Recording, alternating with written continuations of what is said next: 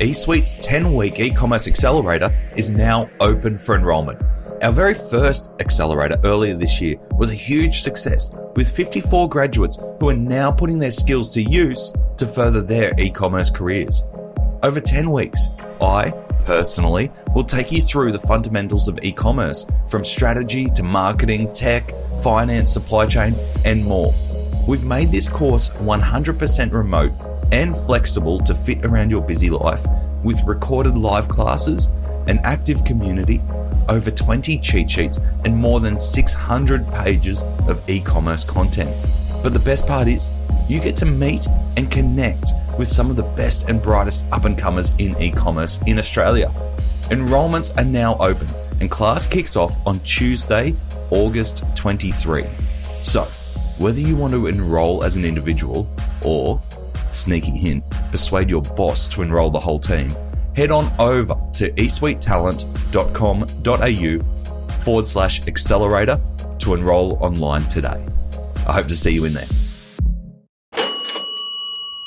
But yeah, it all started 30 years ago. My mum was a clown. We were down 92%. So we were just looking at ruin, essentially, and trying to figure out how we navigated that. Our mission is to help people have parties, not just sell party products, and what that might mean for the future. And yeah, there's a lot of fun that can be had there. Welcome to Add to Cart, Australia's leading e-commerce podcast that express delivers all you need to know in the fast-moving world of online retail.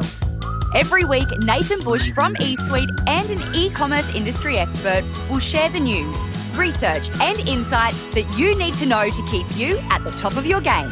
And of course, keep your customers adding to cart.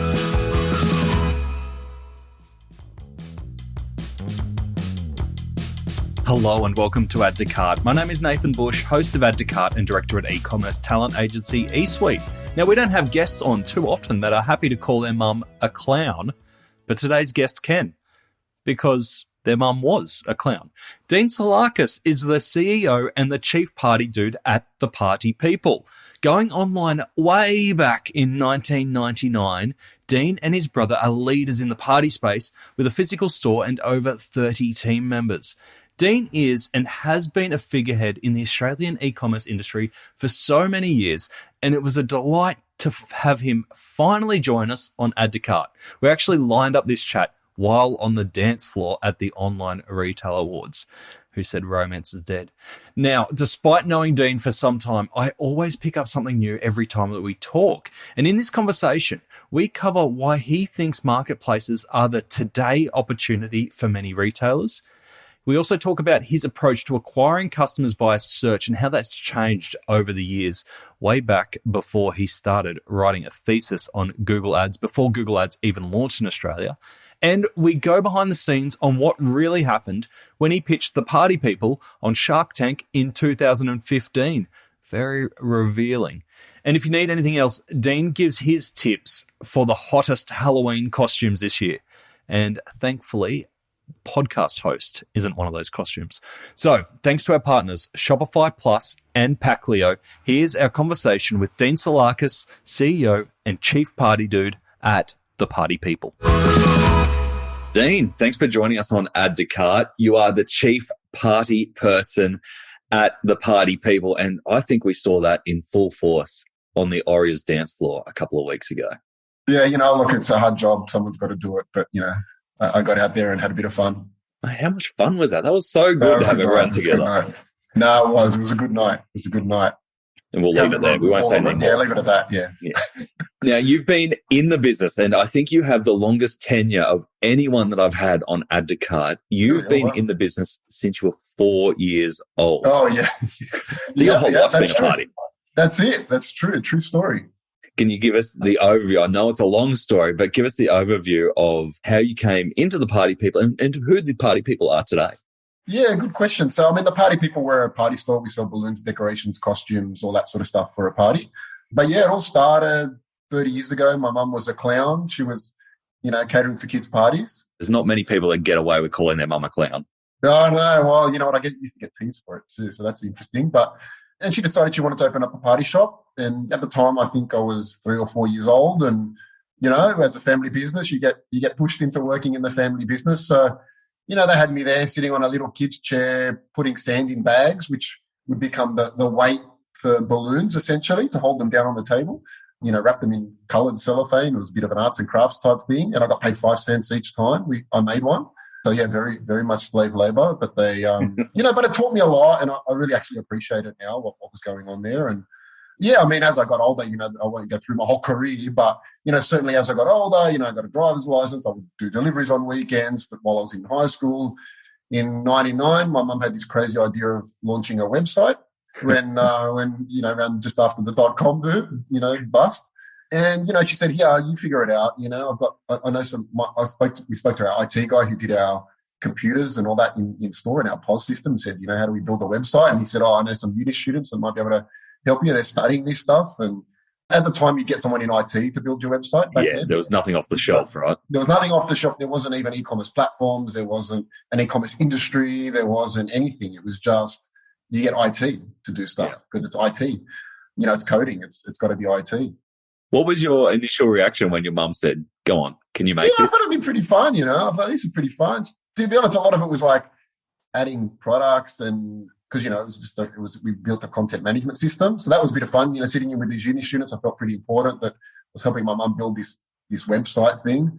And and then, I just had to add products and crop them in learn how to use Corel Draw at the time, not Photoshop, and crop the images and had this, amazing tool that you could make the backgrounds white, all this sort of stuff. So, it was fun times and, adding products and, we got one order a month or whatever it was. And just, it was exciting every time we got an order and I'd go in the store and pick it. And it was definitely a different time to what it is today, much, much simpler world.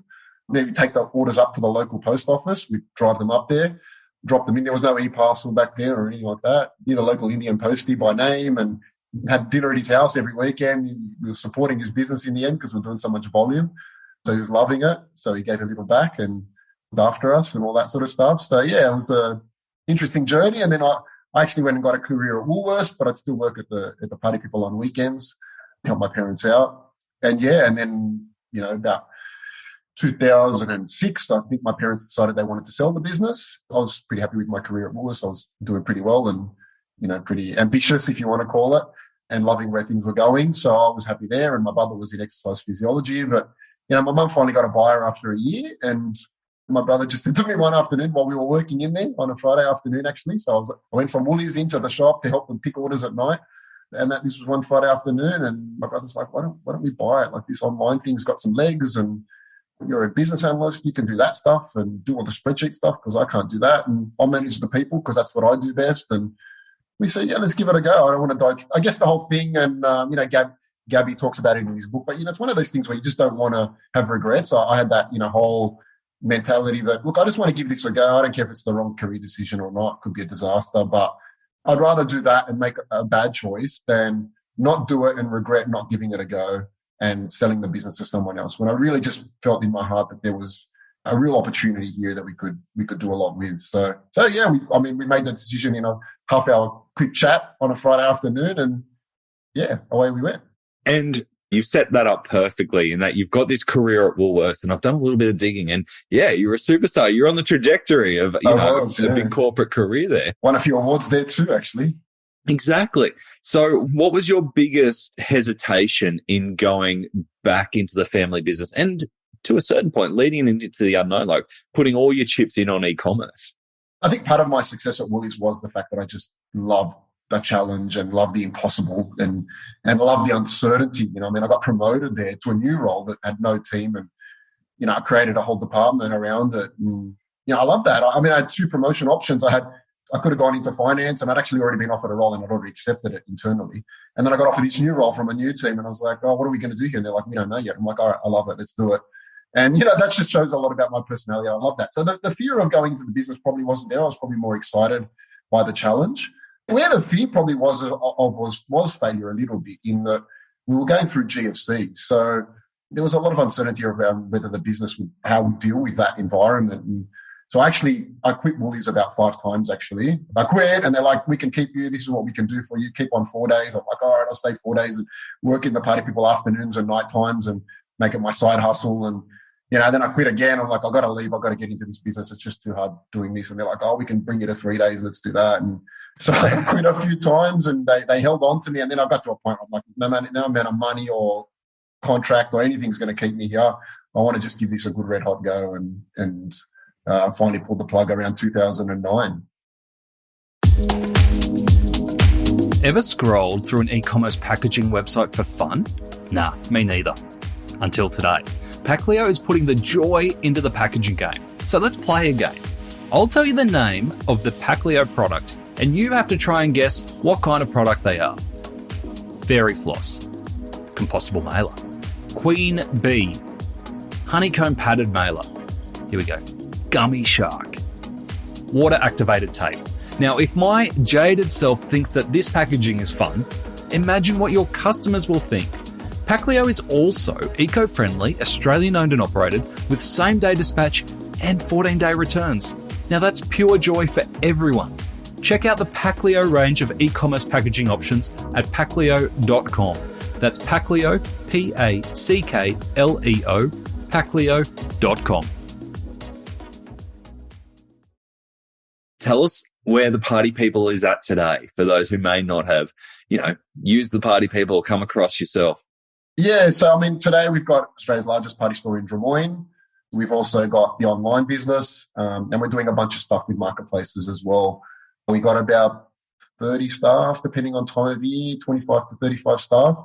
We're quite big around Halloween. Halloween's pretty big for us, and so is Christmas. And we've explored some things around that. We did a pop-up store in Melbourne for Halloween, which was just before the pandemic. So the pandemic killed that business model concept, which, is a bit of detail about why, but it was difficult to, that kind of business, we need 12 months planning. And during the pandemic, we just didn't know what was going to come down the line a month ahead, let alone 12 months ahead.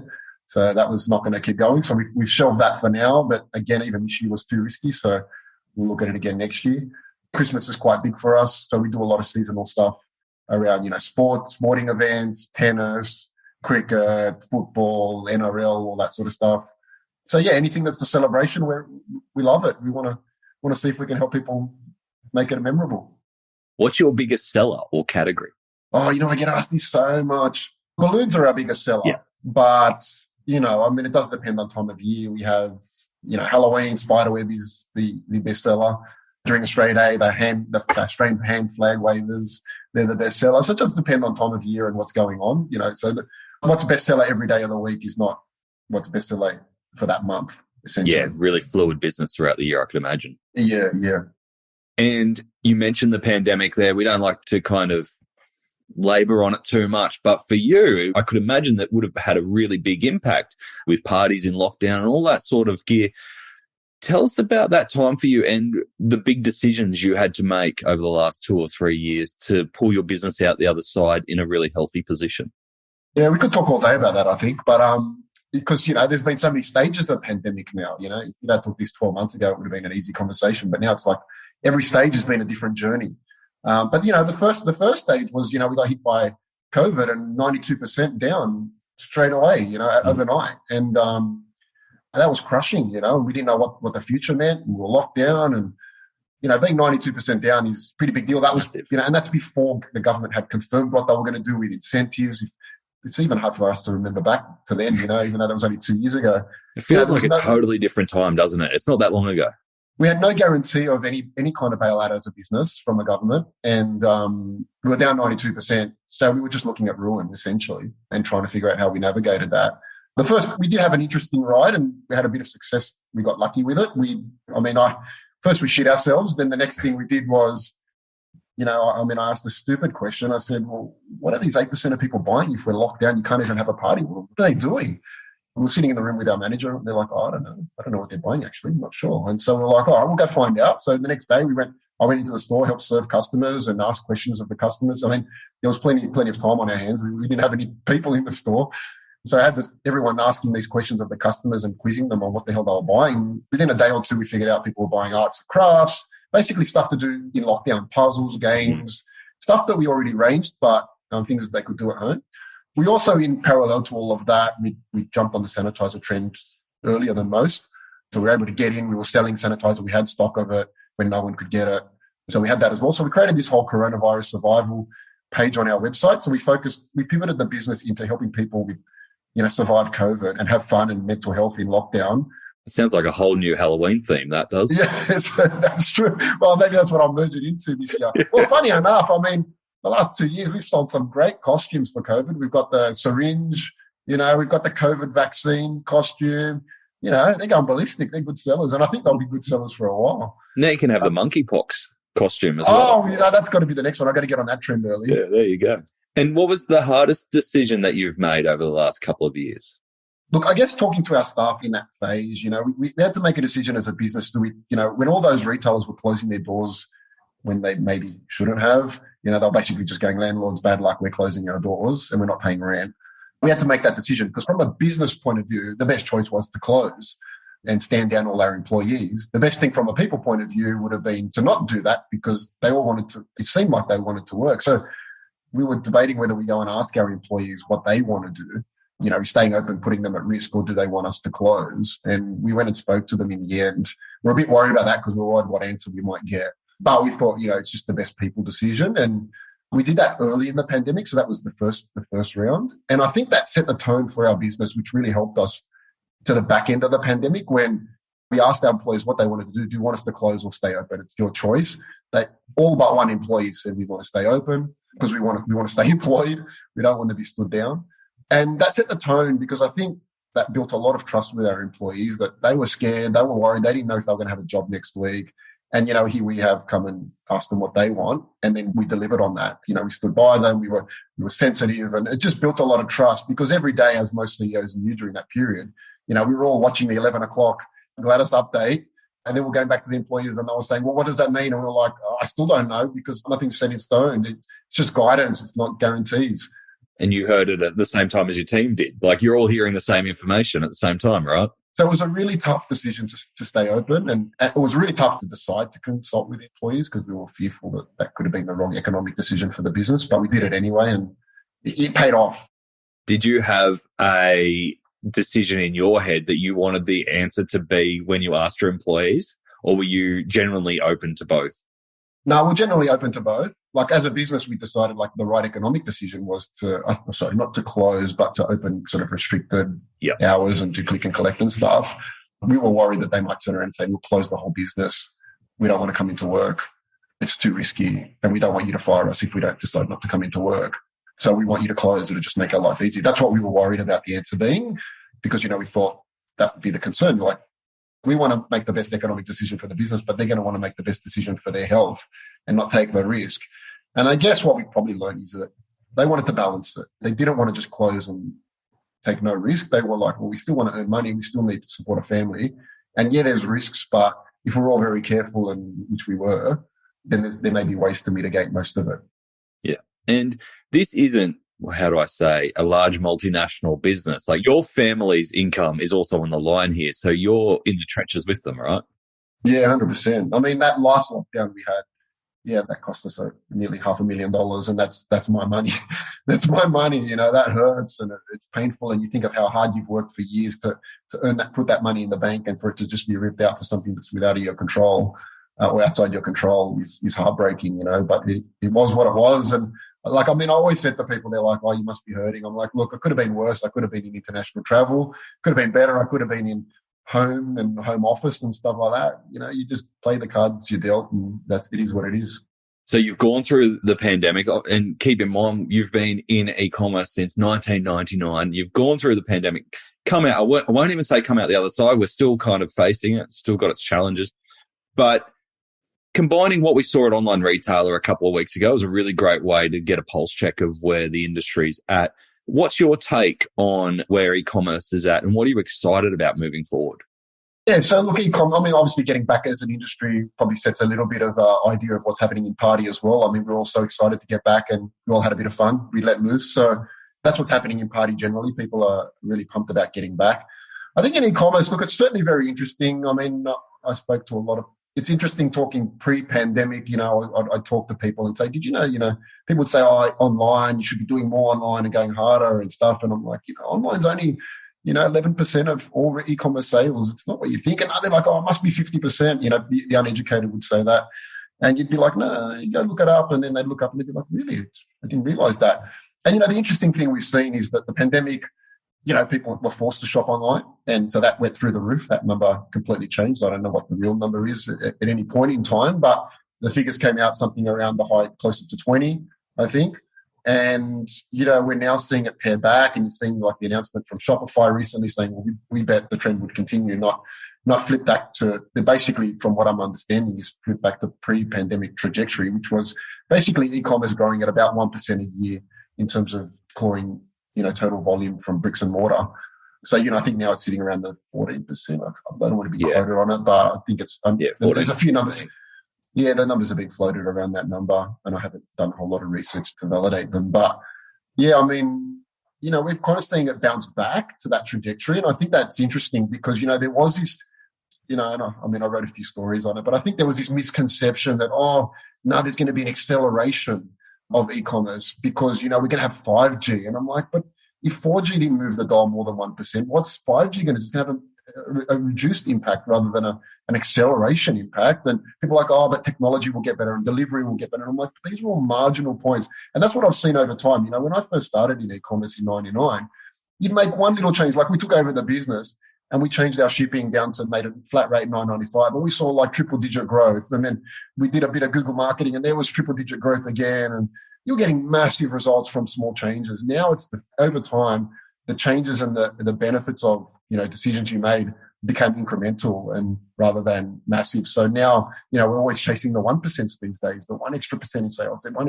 extra in conversion rate. We're chasing small things now rather than going big. And I think that's where e-commerce has become super interesting for the more experienced players is that, now we're really trying to find ways to get ahead. And it's funny because back then we thought it was hard.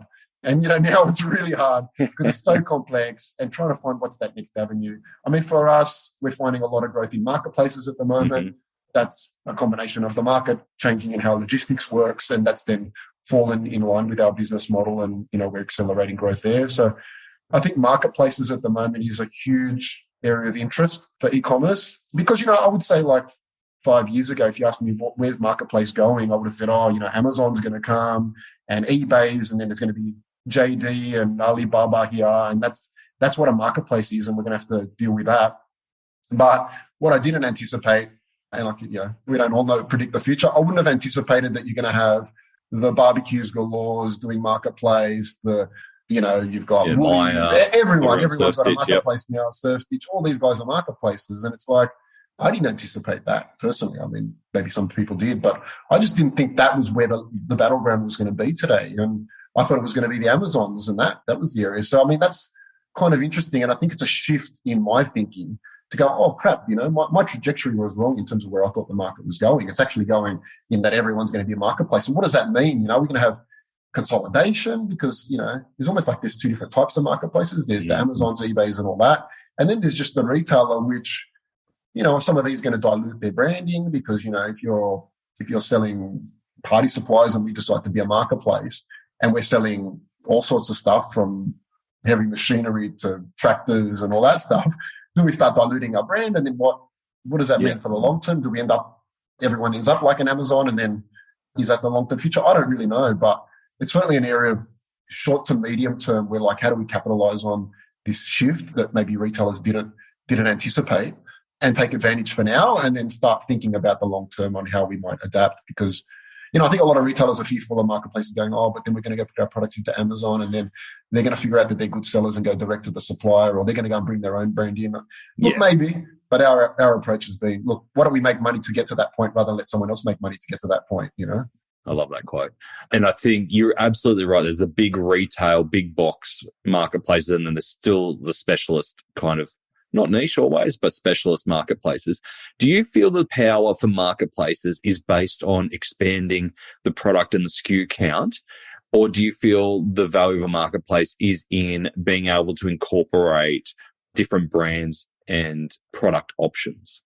I mean, I like to think of, people like Barbecues Galore and Mosaic Brands and these guys doing marketplace as more like an endless aisle approach rather than a marketplace, even though it's the same concept as a marketplace. It's the approach from a customer point of view is different. I think these brands definitely have value in adding, for example, Mosaic Brands do fashion, But, people start venturing into different types of fashion and, we sell different items that could be considered fashion.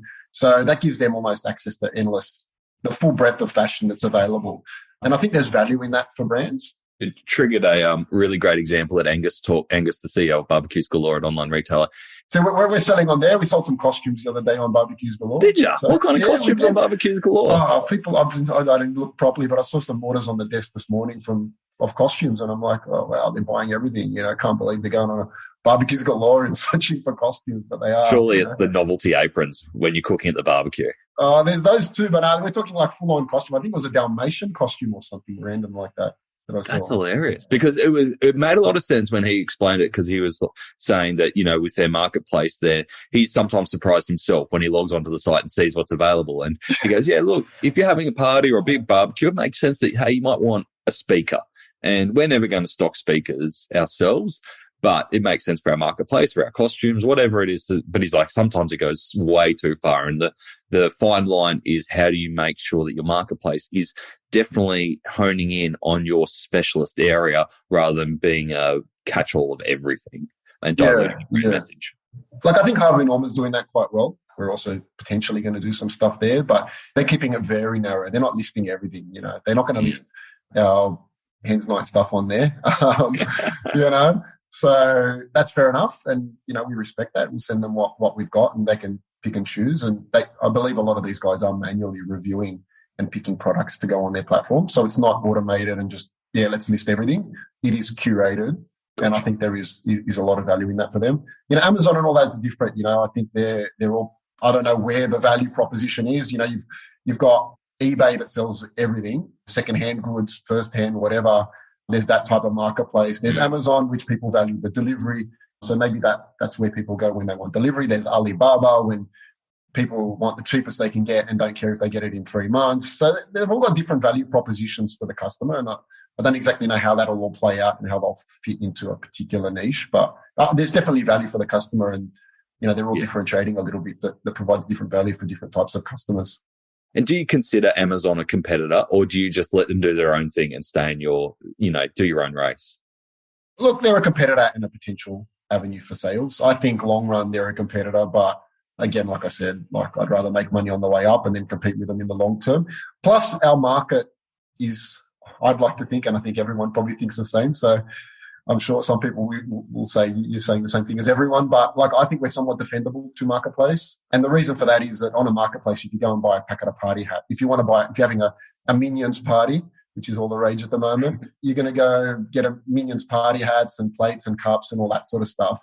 If you're going onto a marketplace to do that, you can, but each of them are going to be shipped individually. They're going to have individual cost for freight in there and built in, and you're going to get 10 different packages on 10 different days and all that sort of stuff. If you come to us, you buy it all under one roof, you get one package, one delivery. It's actually cheaper than buying through marketplaces, because even if you found the cheapest of everyone, buying it through us is one delivery cost.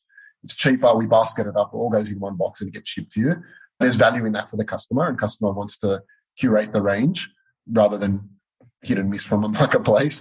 There is definitely use cases where the party people, I think there's always going to be room for specialists. But that's just our business and our business model, because people curate. Like the average basket size is around 20 items, with us. So that's not something that works well on marketplaces. No, absolutely. So if we talk about discovery of the party people, I read that you wrote a thesis at university really early on around that included how Google AdWords could impact business before Google AdWords was actually launched in Australia. Can you tell us about that and how the role of Google and search has changed for you and the party people over the recent years? Yeah, look, that was a big stroke of luck in a way. I just happened to be doing my final year at university, and I had to do a project. There was no real structure to the thing. It was called business report. So I had to come up with a whole thing. And I thought, I'll do it on the business and review the business opportunity of what is e-commerce for the party people. And I did a whole bunch of research and heard about Google doing advertising in the US and that they were looking at coming to Australia. And I was also looking at the time, there was a thing called Overture, which if the people have been around enough, they might know what that is. That was essentially, Yahoo's advertising platform, which was a competitor. And at the time they were saying, you can advertise with us and it's minimum $2 a click. And if you don't like it, bad luck.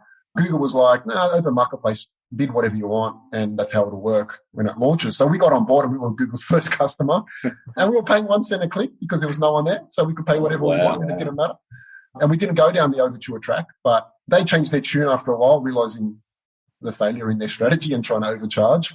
And then that changed things a bit because we jumped on board with Overture, which was advertising through Yahoo.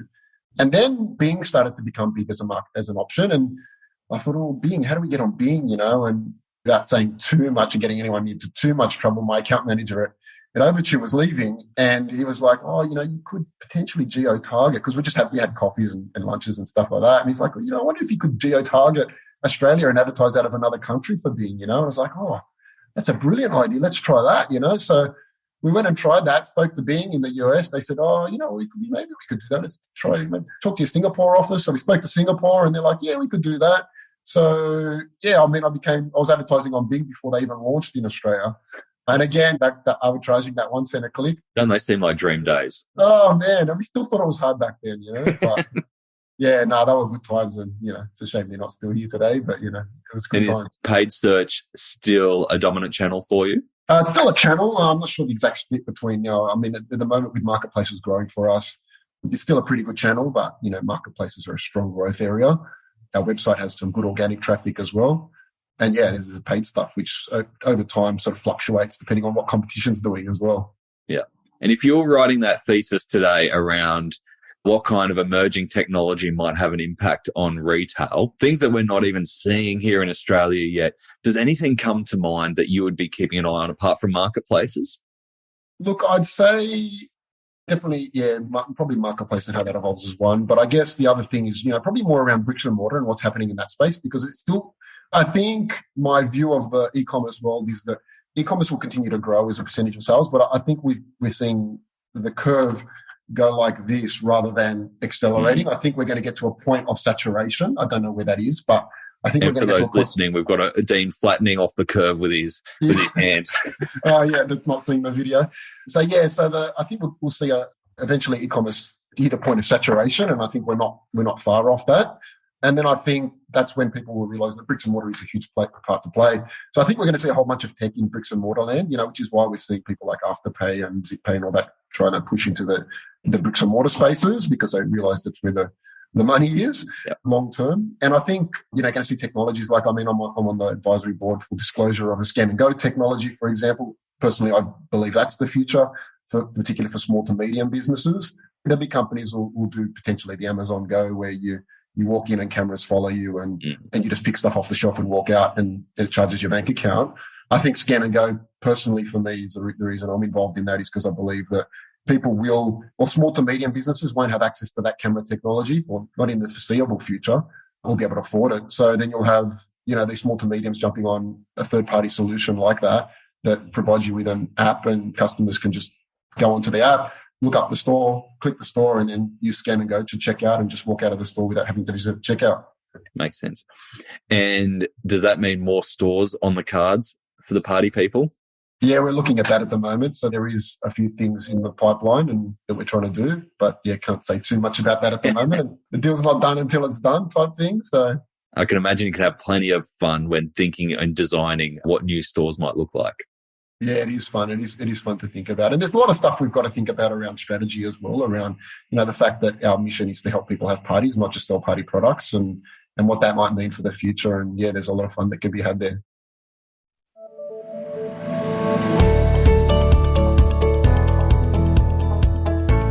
Now, do you know the story of Mr. Roses? No, it's not the deleted character from Reservoir Dogs. However, they do originate from the 90s. Mr. Roses started in the early days of the internet back in 1995 and have enjoyed the journey from the early days of managed servers and custom code through to having Shopify Plus today. And the change has been incredible. No more downtime on peak days like Valentine's Day. No more guessing what customers want. Technology is no longer the barrier. Good thing we got away from that Reservoir Dogs tangent. We all know how that ends. To read more of Mr. Rose's story and see other case studies, visit the customer section on shopify.com.au/plus. I've got one more e-commerce nerd question. I've got a couple of others because you've touched on a few things there. But just looking at your site, you've got a really unique menu structure. And we talked about how you're very event-based throughout the year, but you've also got a massive range of product. How do you approach putting all that into an organized way that customers can easily find what they're looking for at the Party People? Yeah, look, I mean, I came up with that menu structure like 5 years ago. I did a fair bit of research before I came up with that. And, there's a lot of different things you can do with a menu structure. I just felt that trying to be more logical than data-driven was a better approach, because like, for example, a lot of the competitors will put, especially in the US and stuff, where there's a little bit more data that we can leverage. A lot of competitors are putting, say, for example, balloons as the first, or decorations as the first category, which is kind of not in a logical structure, but it's their best-selling category. So they're putting it there based on that data. I just found that they could get there anyway without much risk of them, dropping off, while still maintaining a logical structure, which I found was more important than just putting my best categories first. And the split test would show that I sold more decorations because I put it at the beginning. So, yeah, I really just approached it from a logical point of view more than a data-driven approach, essentially. Yeah, that's really interesting to hear that, because you look at it and it does look like there's so much science behind it, because for anyone who hasn't seen, you've obviously got, I wouldn't even call them primary and secondary menus. It's a whole unique design around event-based and then category-based, but it's really great. So really interesting to hear. It's more trying to help people with their journey-ish thing, which is actually, these days there is some tech there that we might need to look at, around helping customers say, well, it's almost like you're asking the question, what are you here for? I'm looking for costumes. I need to wear a costume. Okay, well, then there's that menu. And then they go in, okay, well, what's the theme? No, that's the theme. So then it's kind of trying to approach it from that point of view. I guess these days, we're starting to see some good tech where that is done more like a customer service person would. So it's saying to, the customer comes onto the website and then it says, well, what are you here for? And then you tell it and it solve the problem first rather than sell the product. Yeah, that's right. So look, I think maybe there is some stuff we might look at with our next rebuild, but yeah, definitely I like the logical structure. Now, you mentioned that you're on the advisory board for the Scan and Go technology, but you are so well known in the industry for how much you give back and how much you share. You're often speaking at conferences, advocating for the industry through the media and on advisories for the conferences and people like Nora, which is fantastic. And I'm assuming that you don't have a whole bunch of spare time sitting around going, well, what can I do with myself? What do you get out of that involvement and that giving back to the e-commerce community? Yeah, look, it's a good question. And again, I could probably talk about this all day. There is a bit of science to it. It is a deliberate thing. And look, it doesn't, some parts of that don't take up a whole lot of time. Like when I speak, I don't spend hours preparing. I generally talk as I go on the stage, trying to read the crowd. And that's something I've built up as a skill from doing it a lot rather than, and same with writing. It's the same thing. Sometimes I just put pen to paper and write it down and create an article. So I try to hack it, if you want to call it. I try to do it efficiently without spending hours trying to create something or hours trying to prepare for something. But in terms of what I get out, look, I go to these events and I network and all that. Look, I get heaps from my network. My network adds heaps of value to me. Like you said, I prefer to give more than I get, definitely. But, giving is easy. It takes me 5 seconds to help someone out with something that may add huge value to them. And then vice versa, you never know. I might ask them for help. Lately I've been calling on help for M&A activity and stuff like that, asking people, when you did that, if I'm going to do a replatform as another example, speaking to existing retailers and saying, well, what was your replatform doc look like? Can you send that to me so I can look at it and compare it to my one and customize it? That value is huge. It takes me so much time to do that stuff, but for them, it's a 5-second email as well. So, having a really good network, you can leverage each other's knowledge. And that's great. If I've got a social media question, I can call up these fashion guys who are guns at social. That gives me so much value to be able to do that. And I value that in my network. And I love just meeting new people. And you never know where a conversation's going to go. You can have an hour conversation with and you get no value, and that's fine. I'm fine with that. But you could have an hour conversation and you could get a gold nugget out of it that is worth heaps to you. So you never know, especially I love talking to startups and sort of scale ups, if you want to call it, or medium size, because these guys are the guys that are hacking and they're finding all the little tricks of the trade. And, everyone's got something that they're doing really well, but usually someone's really good at a particular area, whether it's search engine marketing or social or the web design or email marketing or whatever it is. Someone's got an area which is firing for them, which is why they are where they are. And I love just discovering that stuff and exploring it with people and taking what I can out of it that applies to my business. And, I love it. That's great. And what I love about what you do is you don't just show up. It's not like, I'll tick the box on this one. I'll speak here. It's like, I'll turn up and I'll speak honestly and openly with a growth mindset to go, how do I help everyone here? And I think that helps you get so much cut through and so much trust that it really does go two-way. And I thank you for that, because I've got a lot out of what you've shared today, but also in the past. So it's a really great thing. I mean, you asked me before we did this podcast, you said to me, what do you want to get out of it? I know I've got my questions, but what do you want to get out of it? And, you heard my answer. It was just like, look, no, the whole point of this is for value for the person listening. And that's what the focus needs to be. I don't have any personal goals from it. It's more about just giving as much knowledge out there as possible. And we'll just approach it that way, And that's what I do with these things. I approach it that way. Look, there's definitely stuff that comes back to me, and I love that, getting some value out of it. But I approach it and I take the mindset that it's about giving, not receiving. No, that's fantastic. Now, talk about receiving. One of the little tidbits I came across is that you actually received an offer to have the Party People bought when you appeared on Shark Tank back in 2015. And what was that experience like? Yeah, that was pretty crazy. I don't know. Again, we don't have all day, but I went on the show and pitched the business, and we were interested in what we might get as an investment. But look, the offer wasn't what I wanted. And to be honest, it was a bit of a tough situation. The way Shark Tank worked then is different to how some of these shows work now. I wasn't allowed to call anyone, get any advice. I wasn't allowed to step out and make a phone call or anything like that. It was like, you need to make a decision on the spot. You also weren't allowed to have anything with you, like papers, calculators, and anything. And they're throwing you like offers like this percentage, this, that. And you're like, I can't even compute what that really means. And so you're sitting there trying to calculate it while they're sitting there with their pen and paper working stuff out to pitch to you. That seems really unfair. I mean, the whole thing is a pressure cooker situation, and that's what it's designed for. But, we got an offer at least. That's better than nothing. It just wasn't the offer we wanted. And when you got home, is your brother still involved in the business? He is, yeah, he is. What was his reaction to you turning down the offer? I'm glad that he agreed with me. He was like, I'm glad you did that, because, we didn't want that. And, he agreed with me, and yeah, it was pretty full on. It was pretty interesting. That we did that months before it aired, and we weren't allowed to talk about it. We signed all NDAs and stuff. So kind of when it went to air, people were, I was seeing what they, I didn't know how they were going to portray it either, because, each of these episodes, I saw a lot of the pictures and stuff, and then saw how they turned out. And let's just say it was interesting how they decided they wanted to frame that. I was in there for 2 hours, they showed 15 minutes of it. And were you happy with how you were edited?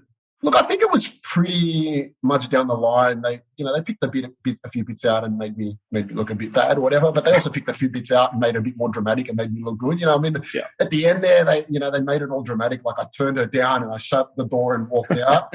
And they made it all dramatic, like the music. If you listen to the music and stuff, you're like, wow, we just shut her down and walked out. Good on you. Everyone's like, oh, good on you. You stuck the finger Total up. badasses. And it wasn't like that at all. Like, the deal, was like, oh, it's not going to work. And then we went up and then they said, okay, well, we're all out. And then I went up and had a chat with them, and we were chatting, and it was just a bit of I had a chat with all the sharks and all that sort of stuff. And they gave me a bit of advice, and, we're just having all this good feel good. It was a very positive finish to it. But then what you see on air is like me going, nah, see you later. Yeah, you got to have the drama, right? So, they made me look good there. But, I think they made it pretty much about right for me. But, other people got a bit of a raw deal. Yeah. And we mentioned at the start how you started in the Party People back at 4 years old, earning 5 cents for filling up sand. I saw on your LinkedIn recently that you've now got your kids working in the Party People. It's come full circle. It has. And the first job I got her to do was the sandbags. And she was pretty good. She's 5. She was 5 when she first started. Now she's 6. But late bloomer. That's it.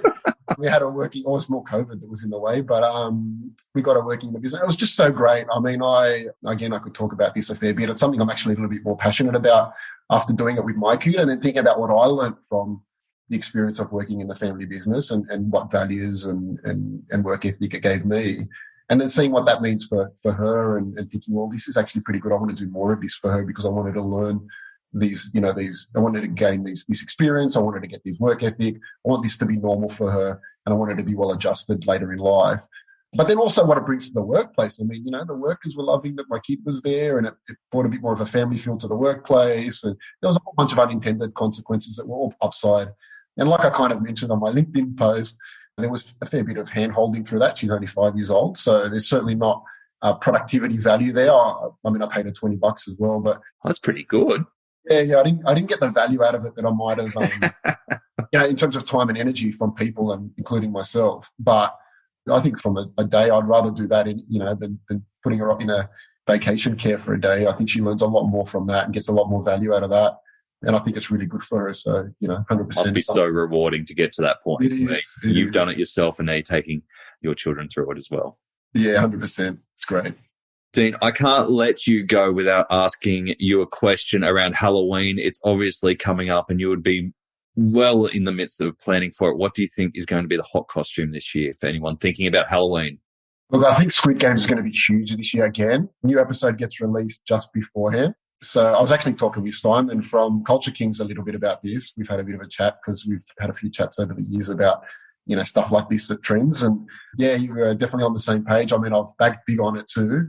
I think it's going to be massive Squid Game again this year. It's going to, the next season's going to come out. It was so big last year and stuff was so hard to come by. So I just think we're just going to have Squid Game parties this year. That's what I'm feeling, How do you know what's going to be in the season 2? Because you obviously want costumes based on, there'll be some same elements from season 1. But how do you get ahead of the curve for what's coming in season 2? Oh, it's really hard. Stranger Things is another one which is similar, which we've got as a bit of a case study for this too. And again, it's really hard because all the costumes are different, all the characters are different each time, and it's really hard. Look, it's hard. It's hard. I can't say there's an easy way out to it. You've got to try to do some research. Sometimes they'll provide previews. Sometimes I'll provide guidance. The costume companies that are manufacturers are obviously talking, it's a very well-oiled machine in terms of licensing and all that sort of stuff. So there's definitely conversations that get had before the release. Whether they provide that information varies. Sometimes they just don't even show you what's coming. They just say, do you want to order the costume or not? And you don't get to see it till you get it. So there's a whole bunch of stuff around, keeping that all tight-lipped and all that. But yeah, I mean, we just got to guess. It's very hard. It's very, very hard, which is why I was talking to Simon about that and trying to figure out, how do you guys do it? Because it's just bloody hard.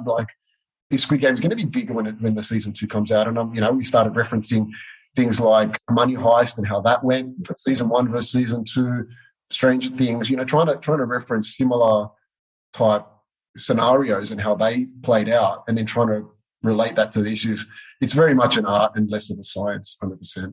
No, I love it. That's fascinating. I love that world. All right. So you've mentioned marketplaces, potentially stores, doing all the 1%ers. What's next on your radar? What's front of mind for yourself and the party people? Yeah, so we've kind of been through marketplace, I guess, at the moment, continuing to expand that strategy. We're on 6 marketplaces at the moment. 2 more should come along in the next couple of months, and we could get up to 15 or 20 at some point. And so we're just continuing to push that strategy. Bricks and mortars, another area where we want to open more stores or potentially do acquisitions. So that's kind of an area of interest in terms of trying to flesh that out a bit more. I mean, for us, an interesting thing is that bricks and mortar stores are more profitable than online stores. And speaking with a lot of business owners, that can be true for some and not true for others. Every industry is different. In our industry, that's how it works because we have big baskets, like I mentioned, and they're all low value. So walking around and picking the custom order is expensive compared to the value of the goods. So actually bricks and mortar is much more profitable. And I can imagine people get really excited in store when they see everything that's available in person. Yeah, it's much easier to do that. And also, there's the experience of shopping in store. You're in the party store, there's all these balloons everywhere. It's exciting. You're at the category, all the products in front of you, and you start getting a visual image of how that'll all form together. It's hard to get that with online because, the picture size of the pennant banner is the same size as the backdrop, and it's the exact same size in the tile on your website, where when they're sitting there in person and they see this massive backdrop, and they're like, wow, that's epic. That's cool. I need to have that. So, what sells for a particular range online and offline actually does vary. So bestsellers in the category in store is completely different to what's bestsellers online. And I think a lot of that's got to do with how people just the perception when they see it on screen. They definitely get a better experience in store. Yeah, that's exciting. I can't wait to see the new stores. All right. And we'll leave it here. How can people get in touch? Obviously, you give so much already to the industry, but if people are looking to get in touch, what's the best way? Yeah, look, definitely LinkedIn is the best one to sort of keep following my story and what's going on there. And I post stuff all the time that if I think something's interesting, I'll post it. If I find a little hack and all that sort of stuff. So there could be some little value there. But yeah, add me on LinkedIn. Just look up my name, Dean Salakas, on LinkedIn. Yeah, the website, thepartypeople.com.au. Yeah, anywhere else, I'm all over the place. Perfect. Get your Halloween orders in. Get it in early. Dean, thank you so much for joining us on Add to Cart. It's been a long time coming, but so glad to hear your story and the exciting things that you're doing. Really appreciate what you've shared today. No, thanks so much for having me, Nathan. It's been awesome. I told you I always get something from Dean every time I talk to him. Here are the top 3 takeaways I took from that conversation with Dean Salakas. Number 1, milk the opportunities right in front of you. Dean was really straightforward about this, especially when it came to marketplaces. And you also heard it in his approach for COVID products. You can theorize forever whether something is a threat or a real opportunity, but Dean's view is, if it's a growing trend, customers are asking for it, why aren't you a part of it? Don't leave money on the table debating it. You can always adjust as you go. Take the opportunities right in front of you. Number 2, embrace the 1%ers. We're not in the early days of e-commerce anymore. Dean's view is that rather than look for the big transformative projects, online retailers need to be focusing on the 1%ers that can drive incremental growth over time. If you don't have a plan or a method to uncover and action these 1%ers, you'll get left behind. And number 3, giving back to get ahead. As you heard, Dean is incredibly generous and open with sharing his knowledge and his connections in the industry. As he says, it takes me 5 seconds to help someone out with something that might add huge value to them. But not only that, it does eventually come back to him tenfold.